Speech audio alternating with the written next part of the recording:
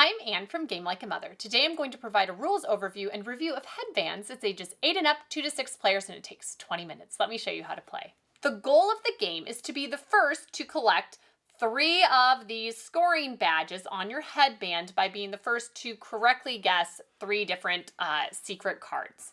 To begin gameplay, each player selects a card at random. You don't look at it. You put it on your headband, and then we usually have the youngest player go first.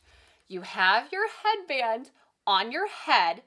You flip the timer, and then for as long as the timer is going, you can ask as many questions as you like to figure out what the item is pictured on your head.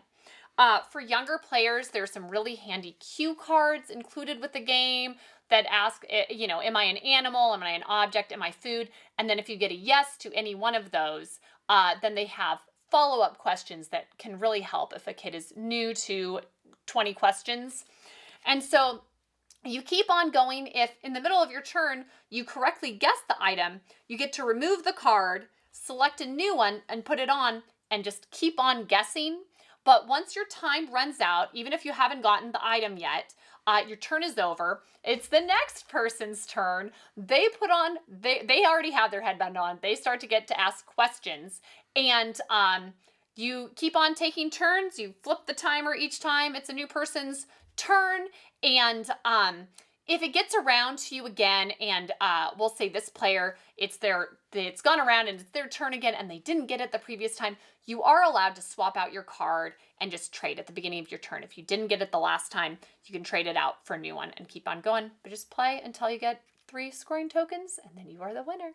So that's how to play Hedbanz. The target demographic for this game is it is a very easy game to play for occasional family game nights. The rule complexity is so easy. It's basically just slightly fancier 20 questions, which is great because easy games get played. How competitive is this game?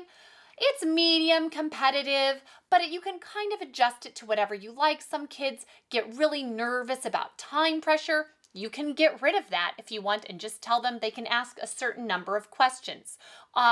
It's a race to see who's able to guess 3 of their cards correctly first.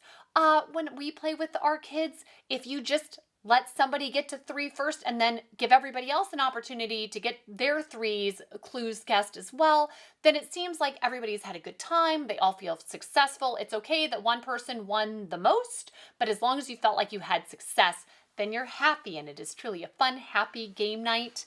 The replay value, how often do you want to play 20 questions? It's medium. It's very fun. It's easy to bring out. And it's one that you'll just play occasionally, and you can continue to do that for years. So it's not like you would just play it for, when they're 5 or 6. It has staying power, and it's great if you have siblings that are different ages. If kids that are different ages can play well. An 8-year-old, a 12-year-old, a 16-year-old can all play this together.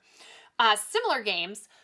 Family charades is great. It's the same thing where you don't realize how much it matters to have the prompt cards geared for kids, because a lot of these games, if you just play regular charades, will have movie references or pop culture references that kids would never get. So if it's specifically geared for family, that makes a big difference.